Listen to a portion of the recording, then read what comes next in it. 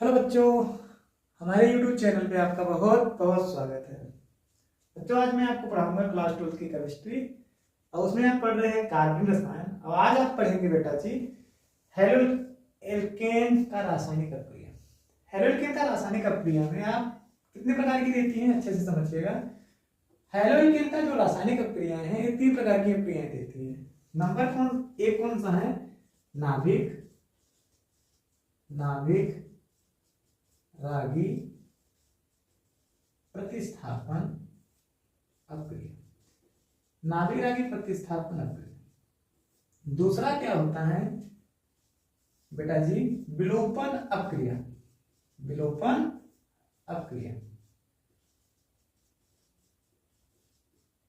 और तीसरा आपका होता है धातुओं के साथ अभिक्रिया।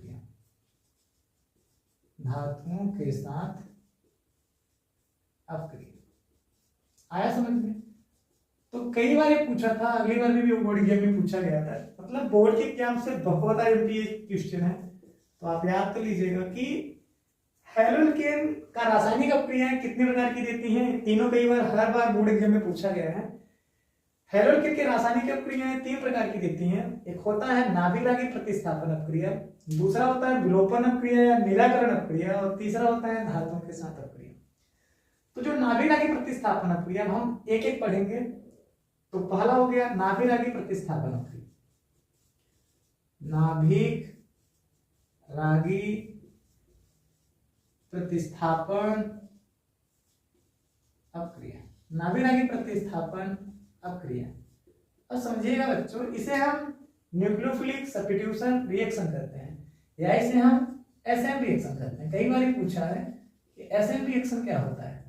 Nucleophilic substitution reaction.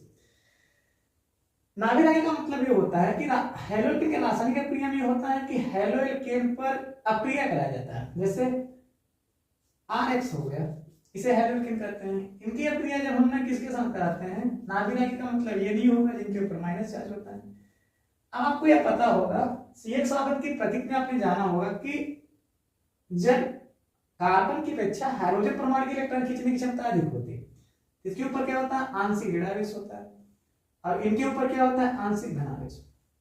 तो नाभिक रागी इस पर आक्रमण करके, जब इस पर आक्रमण करता है तो ये हाइड्रोजन तत्व जो होता है इनकी इलेक्ट्रॉन खींचने की क्षमता अधिक होती है, जिससे इलेक्ट्रॉन खींच के बाहर निकल जाते हैं। क्या बन जाता है? ReNu+X। यही अभिक्रिया ही क्या कहलाती है?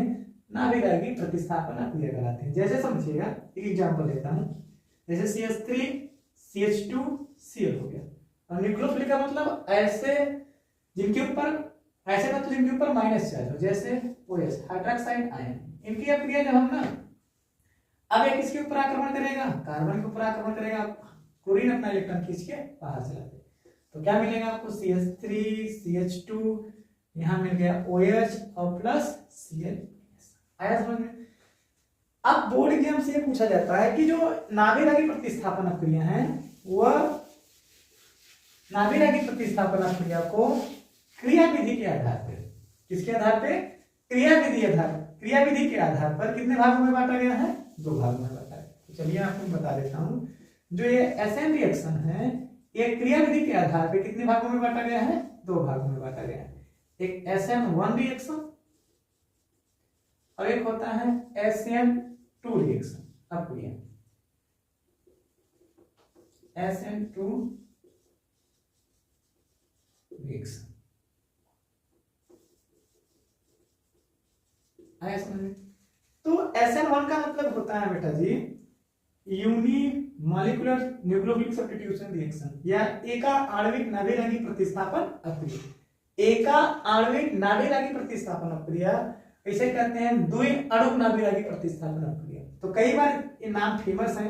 कई बार क्या हमें ऐसे पूछता है कि SN1 अभिक्रिया क्या है, SN2 अभिक्रिया क्या है, इनके एग्जांपल आप देके बताइए या समझाइए। तो चलिए इन्हीं के बारे में चर्चा करते हैं, वो सब मिटा देते हैं। तो SN1 अभिक्रिया का मतलब क्या होता है, अच्छे से समझिएगा।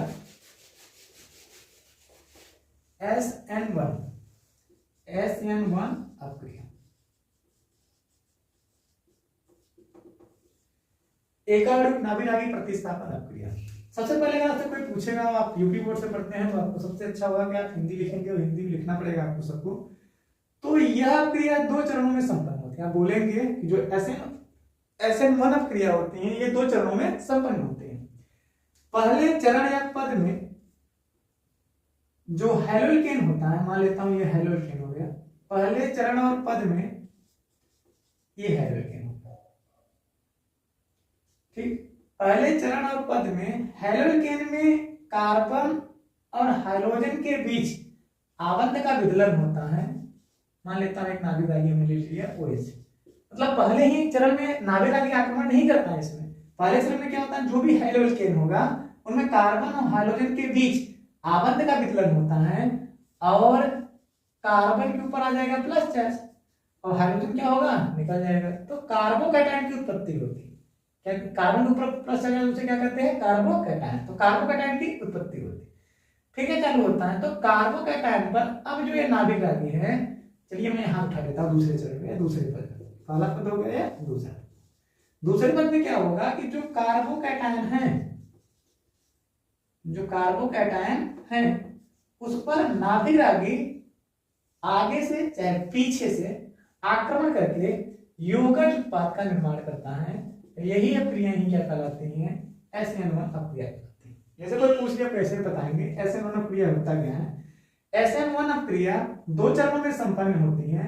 SN1 पहले चरण में हेलोल्केन या एल्किल हैलाइड में, हेलोल्केन कहते हैं या एल्किल हैलाइड, हेलोल्केन या एल्किल हैलाइड में कार्बन और हाइड्रोजन के बीच आबंध का विदलन होता है और कार्बोकैटायन की उत्पत्ति होती है, ठीक।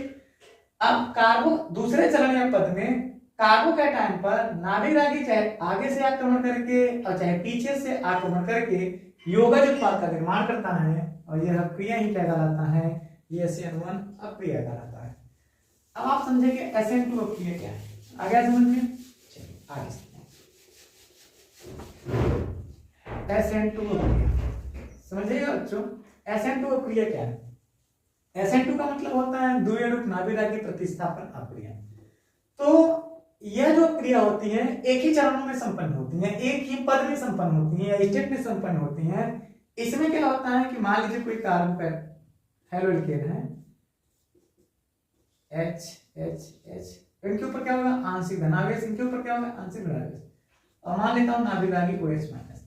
तो इसमें क्या होगा कि पहले चरण में नाभिक देखिए आगे से आक्रमण नहीं कर पाएगा। तो हेलोल्केन में क्या होता है, SN1 अपक्रिया क्या होता है कि आगे चाहे पीछे से नाभिक आक्रमण करके यौगिक उत्पाद का निर्माण करता है, परंतु यह एक ही पद में संपन्न होता है और इसमें नाभिक आक्रमण आगे से आक्रमण नहीं करता है, पीछे से आक्रमण करके यौगिक उत्पाद का निर्माण करता है। इस तरह से CH3OH उत्पाद निर्माण करता है, यौगिक उत्पाद का निर्माण करता है। और यह अपक्रिया क्या कहलाती है, SN2 अपक्रिया कहलाती है। अगर आपसे कोई पूछेगा SN2 अपक्रिया क्या है तो आप बताएंगे SN2 अपक्रिया केवल एक ही पदों में संपन्न होता है। इसमें नाभिक पहले ही पद में हेलोल्केन में X वाले कार्बन पर पीछे से आक्रमण करके यौगिक उत्पाद का निर्माण करता है। यह अपक्रिया ही SN2 अपक्रिया कहलाती है। आ गया समझ में। अब आप पढ़ेंगे कि विलोपन अपक्रिया क्या होता है, तो अच्छे से समझिएगा। विलोपन अपक्रिया से बहुत IMP क्वेश्चन आते हैं। तो विलोपन अपक्रिया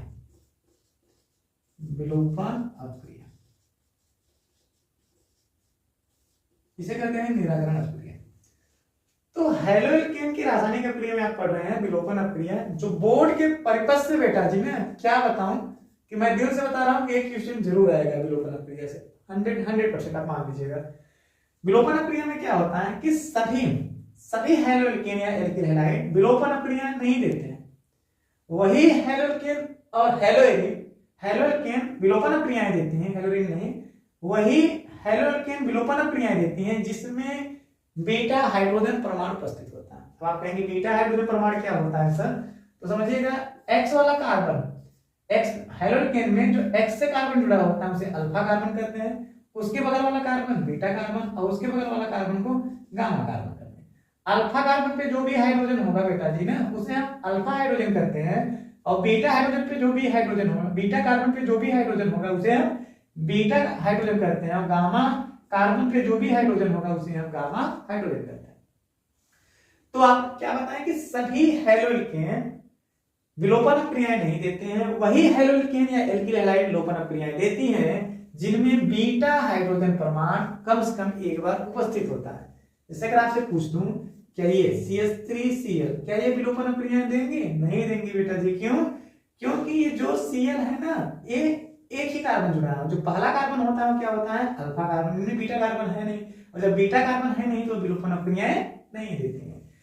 तो आपको क्या पता चला कि बीटा हाइड्रोजन युक्त हैलोल्केन को, अब आप बीटा हाइड्रोजन युक्त हैलोल्केन बनाएंगे, जैसे समझिएगा ये Cl हो गया, यहाँ ले लेता हूँ CH2 अल्फा कार्बन, और यहाँ हो गया आपका बीटा कार्बन।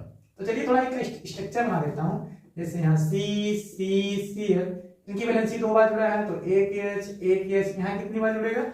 3 बार इससे जुड़ेगा। आया समझ में ना? इनकी ये क्रिया जब हम किसके साथ कराते हैं? Alcoholic potassium hydroxide, alcoholic potassium hydroxide के साथ गर्म करते हैं। जब बीटा हाइड्रोजन युक्त हैलोल्केन को एल्कोहलिक पोटेशियम हाइड्रोक्साइड के साथ गर्म करते हैं तो बीटा कार्बन से हाइड्रोजन परमाणु और अल्फा कार्बन से हाइड्रोजन परमाणु का विलोपन हो जाता है, चला जाता है, और इनके बीच क्या जाता है? Double bond. देखिए यहाँ C हो गया तो C, यहाँ 2 बार H तो 2 बार H, अब यहाँ आ जाएगा डबल बॉन्ड, तो आप बना देंगे डबल बॉन्ड, यहाँ क्या है? CH2। अब आप समझिए इनका परिभाषा कि विलोपन क्रिया किसे कहते हैं। और कई बार इनका रिएक्शन भी पूछ लेता है, इतना भी मतलब इतना दिया होगा, उतना छोड़ दिया होगा, आप प्रोडक्ट को बनाइए। तो बीटा हाइड्रोजन युक्त हैलोल्केन को जब एल्कोहलिक पोटेशियम हाइड्रोक्साइड के साथ गर्म करते हैं तो बीटा कार्बन से अल्फा कार्बन, बीटा कार्बन से हाइड्रोजन परमाणु और अल्फा कार्बन से हाइड्रोजन परमाणु का विलोपन होता है और उत्पाद में एल्कीन प्राप्त होता है। यही क्रिया ही विलोपन क्रिया कहलाती है। आया समझ में? बीटा हाइड्रोजन युक्त हैलोल्केन को एल्कोहलिक पोटेशियम हाइड्रोक्साइड के साथ गर्म किया जाता है तो बीटा कार्बन से हाइड्रोजन परमाणु, अल्फा कार्बन से हाइड्रोजन परमाणु की विलोपन होता है और उत्पाद में एल्कीन प्राप्त होता है। यही क्रिया ही क्या कहलाती है? विलोपन क्रिया कहलाती है। एक एग्जांपल आपको बताता हूं, जैसे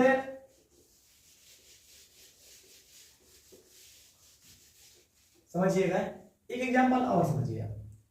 मान लीजिए कि कोई एल्कीन हो गया, एल्कीन नहीं हैलोल्केन हो गया, CH3 CH, और यहाँ हमने Cl लगा दिया, और यहाँ आपका हो गया CH2 CH3। अब आप समझिएगा अच्छे से कि स्ट्रक्चर नाम, चलिए समझाता हूं, कोई दिक्कत नहीं। अब होगा क्या कि यहाँ एल्कोहलिक पोटेशियम हाइड्रोक्साइड यहाँ गर्म कर देंगे। अब देखिए कि हाइड्रोजन तत्व से जो कार्बन जुड़ा होगा उसे अल्फा कार्बन, और इनके बगल में एक कार्बन जुड़ा है तो ये बीटा कार्बन बेटा जी, और ये वाला भी कार्बन जुड़ा है तो ये वाला भी कार्बन बीटा कार्बन। हमने आपको बताया कि बीटा हाइड्रोजन युक्त हैलोल्केन को जब एल्कोहलिक पोटेशियम हाइड्रोक्साइड के साथ गर्म करते हैं तो एक बीटा से हाइड्रोजन निकलेगा तो ये बीटा बन जाएगा। मतलब अब क्या होगा कि उत्पाद में 2 एल्कीन प्राप्त होगा। अब जब 2 एल्कीन प्राप्त हो, चलिए बना लेता हूं पहले।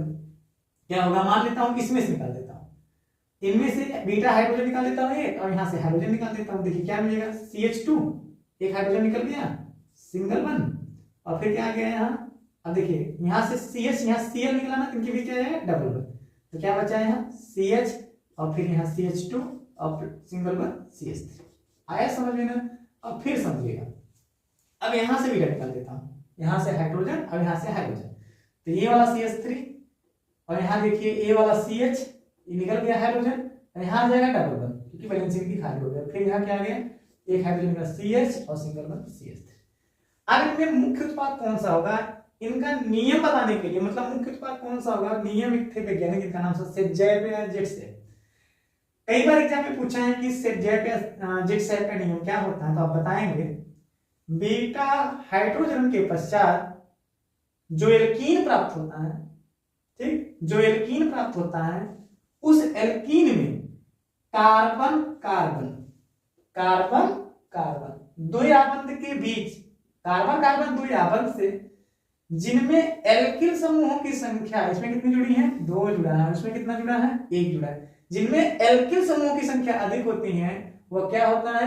मुख्य उत्पाद होता है। जिनमें एल्किल समूह की संख्या कम होती है वह अल्प उत्पाद होता है। एक बार फिर समझिएगा, वे हाइड्रोजन करने के पश्चात जो एल्कीन प्राप्त होता है, विलोपन क्रिया करने के पश्चात जो एल्कीन प्राप्त होता है उत्पाद में, उनमें मुख्य उत्पाद वही होता है, एल्कीन होता है, जिनमें जिनमें एल्कीन में कार्बन कार्बन द्विआबंध में कार्बन कार्बन द्विआबंध से जिसमें एल्किल समूह की संख्या, देखिए इसमें एल्किल समूह संख्या 1 है, इनमें एल्किल समूह संख्या क्या है 2 है। जिन कार्बन कार्बन द्विआबंध से जिनमें एल्किल समूह की संख्या अधिक होती है वह क्या होगा, मुख्य उत्पाद होगा, और जिनमें कम होती है वह क्या होगा, अल्प उत्पाद होगा। देखिए कार्बन कार्बन द्विआबंध से इनमें एल्किल समूह की संख्या 1 है इसलिए अल्प उत्पाद, इनमें 2 है इसलिए क्या हो गया, मुख्य उत्पाद।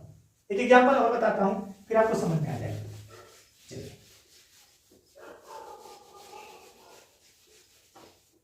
मान लेता हूं एग्जांपल आपका ये CH3, यहाँ CH2, यहाँ CH, इनके ऊपर X, और यहाँ आपका आ गया CH2, यहाँ आ गया CH3। अब आप करा दीजिए एल्कोहलिक पोटेशियम हाइड्रोक्साइड के साथ रखिए और थोड़ा सा गर्म कर दीजिएगा। कई बार पूछता है, ऐसे बहुत सारे एग्जांपल आ जाते हैं। तो क्या होगा कि आप समझिएगा कि देखिए X वाला कार्बन क्या हो गया, अल्फा कार्बन, इनके बगल वाला कार्बन क्या हो गया, बीटा कार्बन, और इनके बगल वाला कार्बन क्या हो गया, बीटा कार्बन। तो एक बार इस बीटा कार्बन से हाइड्रोजन का विलोपन करते हैं, यहाँ से हाइड्रोजन एक उत्पाद बनेगा एल्कीन में, और एक बार यहाँ से करते हैं यहाँ से हाइड्रोजन, तो एक उत्पाद में बनाइएगा। यहाँ CH3 तो आप CH3 लिख दीजिए, यहाँ सिंगल बॉन्ड तो सिंगल बॉन्ड। अब यहाँ देखिए CH2 तो CH हो गया, और यहाँ देखिए एक वैलेंसी इनकी खाली हो गई, इनकी खाली, तो यहाँ बीच में डबल बंद आ जाएगा, और फिर आ गया CH, और फिर आपका CH2 और सिंगल बॉन्ड CH3। आया समझ? एक और एल्कीन बनेगा, समझिएगा बेटा जी। यहाँ CH3 ये वाला CH2 तो आप लिख देंगे CH2 सिंगल बॉन्ड, और फिर यहाँ आ जाएगा CH तो आप लिखेंगे CH, और यहाँ आ जाएगा डबल बॉन्ड, और यहाँ CH और CH3। आया समझ में? तो इनमें मुख्य उत्पाद कौन होगा कि जो एल्कीन प्राप्त होता है, सब्जेक्ट ने बताया था, जो एल्कीन उत्पाद में प्राप्त होता है उनमें कार्बन कार्बन द्विआबंध से जिसमें एल्किल समूहों की संख्या अधिक होगी, कार्बन कार्बन द्विआबंध से जिसमें एल्किल समूहों की संख्या अधिक होगी, वही क्या होगा, मुख्य उत्पाद होगा। आया समझ में? कोई दिक्कत है? चलिए अब आगे चलता हूं।